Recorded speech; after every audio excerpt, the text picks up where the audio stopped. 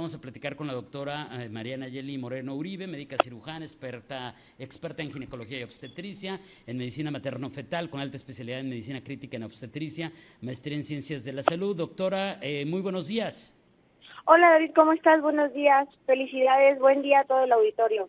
Gracias. Pues hablar de los bebés prematuros, de la salud de los recién nacidos, del desarrollo infantil, tiene sus complicaciones. Hoy vamos a hablar de este reporte de la prematurez debido al impacto que tiene, doctora, en la salud de los recién nacidos y su desarrollo. Justamente, ¿podremos partir del principio, doctora? Si le pregunto, ¿qué es un bebé prematuro? Creo que muchas veces ni siquiera tenemos claro en qué momento entran en esa categoría, doctora. Bueno, todos los bebés se clasifican como prematuros siempre y cuando nazcan antes de la semana 37.6 días. 37.5, 37.4, 37, 36, 28, 25, todos ellos son prematuros. La severidad de la prematurez y de los efectos que tiene a lo largo de su vida va a ser mayor mientras más pequeña haya sido la edad gestacional, porque consideramos así la inmadurez del feto, del bebito en formación. Es importante tener clara la clasificación y saber que si mi bebé nació a los 8 meses, sigue siendo prematuro. Es gravísimo, David, porque 1 de cada 4 bebés nacidos en el mundo nace prematuro. Y esto implica una gran cantidad de costos monetarios para el mundo, no solamente para los latinos, pero para todo el mundo. Es muy importante considerar las maniobras de control prenatal, no solamente para cuidar la prematurez extrema, los más pequeñitos, 26, 27, 28 semanas, sino la prematurez tardía, 34, 35, 36 semanas. En esto podemos impactar un montón las embarazadas. Y esto, evidentemente, por sentido común, pero usted es la doctora que nos los puede explicar perfectamente bien, tiene que tener causas y consecuencias. Pero vamos por partes. ¿Qué pudiera provocar esta prematurez, doctora, y que a su vez se convierte en una pregunta por partida doble? Es decir, ¿hay algo que se pueda prevenir cuando hablamos de esas causas? Definitivamente sí. La primera causa de tener un bebé prematuro son las infecciones. Y de infecciones podemos hablar las que quieras, David. Por ejemplo, COVID fue un gran problema para tener prematuros tardíos. No prematuros tempranos, pero sí prematuros tardíos. Pero si hablamos de enfermedades de transmisión sexual, son una enorme causa de prematurez tardía. Si hablamos de preeclampsia, preeclampsia implica 2/3 partes de prematurez temprana. Esto nos dice que si nosotros llevamos un buen control prenatal y cuidamos adecuadamente, prevenimos infecciones y prevenimos preeclampsia, vamos a impactar notablemente en la reducción de parto prematuro. Ahora, cuando haces un control prenatal en el siglo XXI como el que estamos viviendo, no solo cuidas infecciones. Así como ustedes hacen análisis predictivos de la cantidad de personas que quieren que las escuchemos, los médicos hacemos análisis predictivos de la cantidad de partos prematuros que queremos prevenir. Y para eso hacemos estudios especiales. El más importante es evaluar la longitud del cuello del útero, la longitud del cérvix, que se evalúa por vía vaginal en la semana 20 a 24. Este sigue siendo el mejor predictor de parto prematuro. Todas aquellas mujeres que tienen menos de 25 milímetros de longitud cervical tienen 85% de probabilidades de tener un parto prematuro antes de la semana 34. Entonces, nosotros seleccionamos a esta población y les ofrecemos un tratamiento específico y además una vigilancia intensa que permita reducir esta morbilidad, es decir, esta posibilidad de tener parto prematuro. Ahora, cuando hablamos de los problemas de salud que esto genera, la prematurez, pues creo que mucho se habla de lo que viven los bebés que nacen así. Incluso, pues quienes, yo he escuchado que quienes nacen en este concepto de prematuro extremo, ni siquiera, doctora, han acabado de desarrollar por completo su sistema digestivo, por dar un ejemplo, ¿no? Pero me imagino que además de que, si nos pudiera hablar un poquito más de ello, de qué consecuencias se enfrentan los bebés, si también hay consecuencias para la salud de la mamá. Claro. Mira, vamos a hablar primero de los bebés y me voy a enfocar en dos partes, prematuros extremos y después prematuros tardíos, que son muy interesantes. Y de ahí vamos a hablar un poco después de la mamá.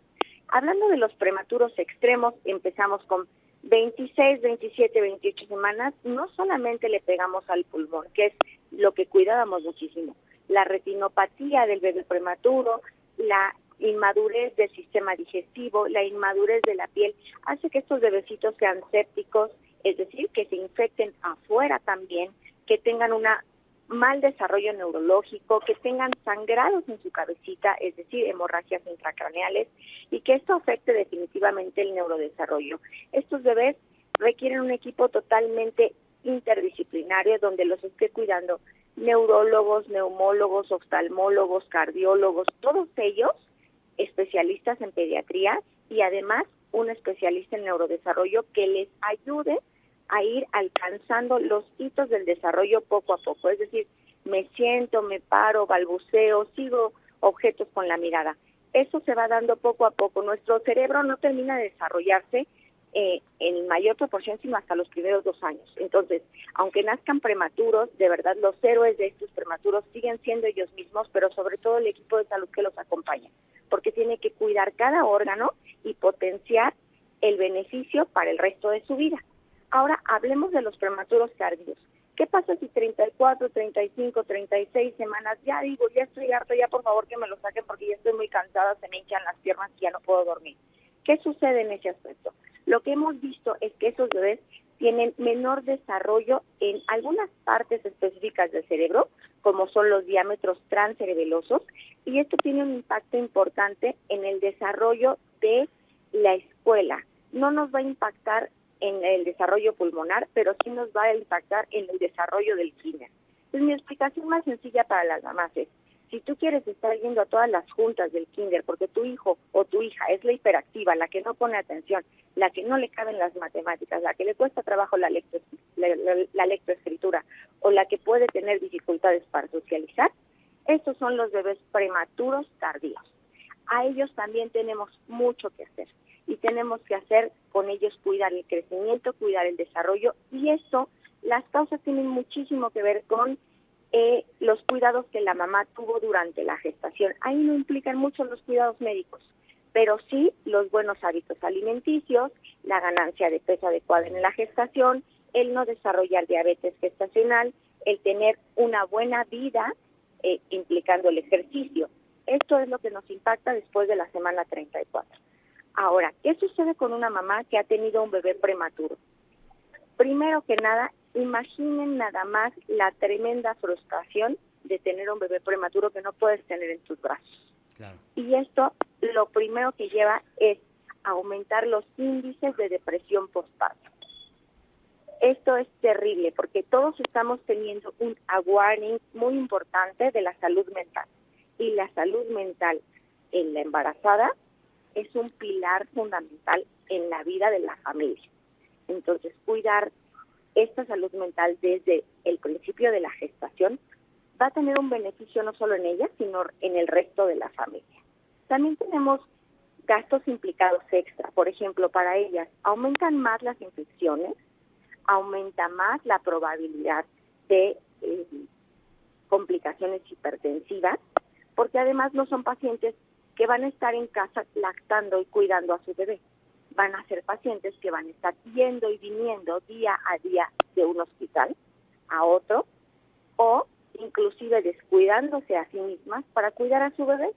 Esto es real. Cuando nace un bebé, la bendición es primero.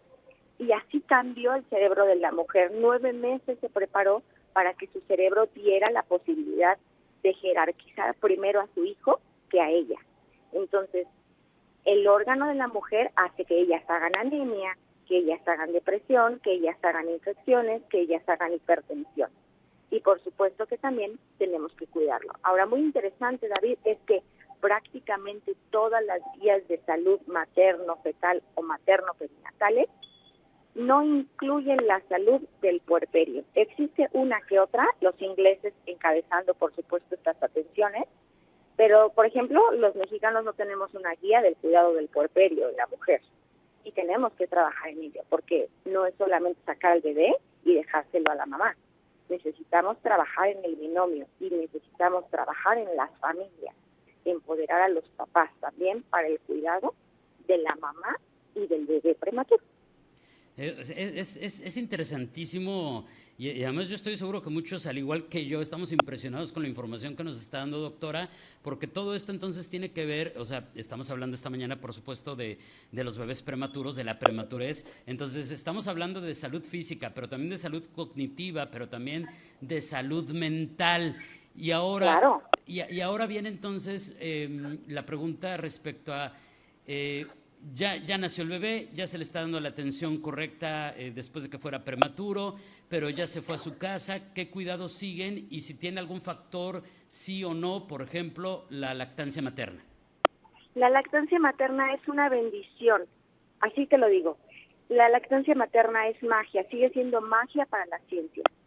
Es increíble apostarle a la lactancia materna y es por ello que debemos educar a nuestras gestantes antes de que tengan al bebé para poder obtener calostro.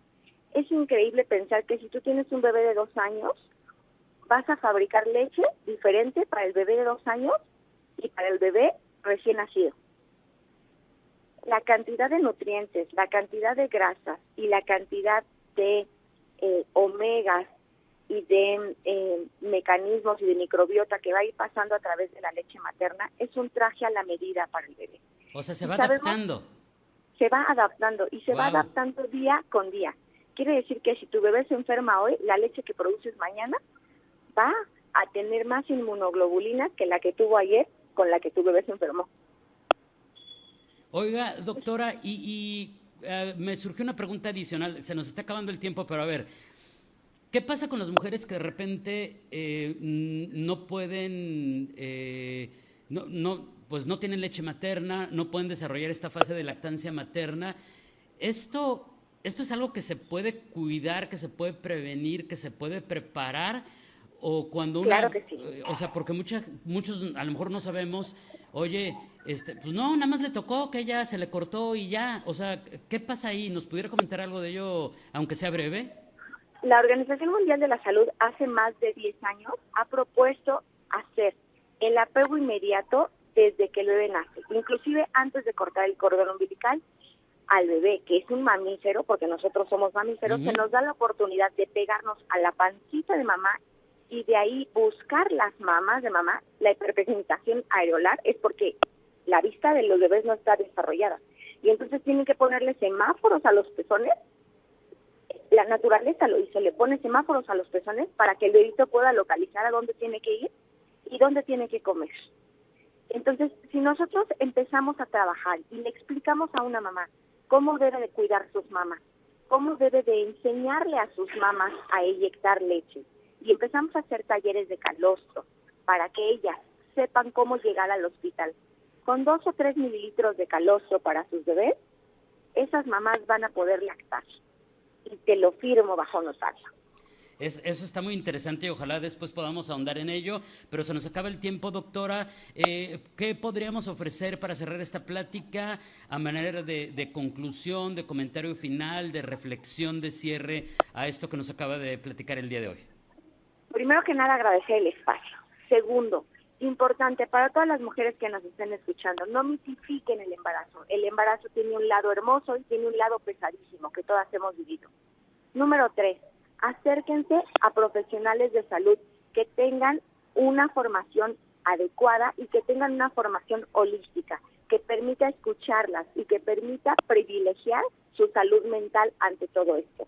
Por favor, llamen a cualquier organismo de la salud. Las páginas están abiertas y ahora es muy fácil obtener información. Colegio Mexicano de Especialistas en Ginecología y Obstetricia tiene una lista enorme de todos los especialistas que están certificados y que pueden atenderlas. Y hagan equipo. Y por supuesto, me atrevo a dejar mis datos, por favor, compártelos. Nosotros generalmente hacemos videos, talleres y todo que están abiertos al público, porque lo más importante es que la información les llegue a todos, así como lo haces tú.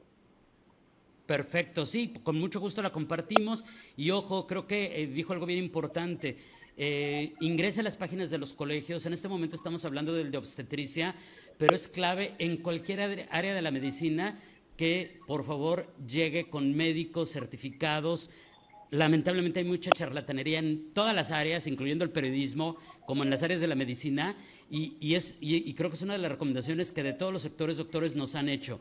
Chequen en los colegios, es bien importante que vea que los médicos están vigentes, que se han actualizado, que pertenecen a un colegio, que están vigilados, que se han actualizado, qué sé yo. En fin, doctora, le agradezco enormemente su tiempo, un abrazo a la distancia y que tenga un excelente jueves. Buenos días. Para ustedes, excelente jueves. Hasta luego. Hasta luego, es la doctora Mariana Yeli Moreno Uribe hablándonos del tema de la prematurez.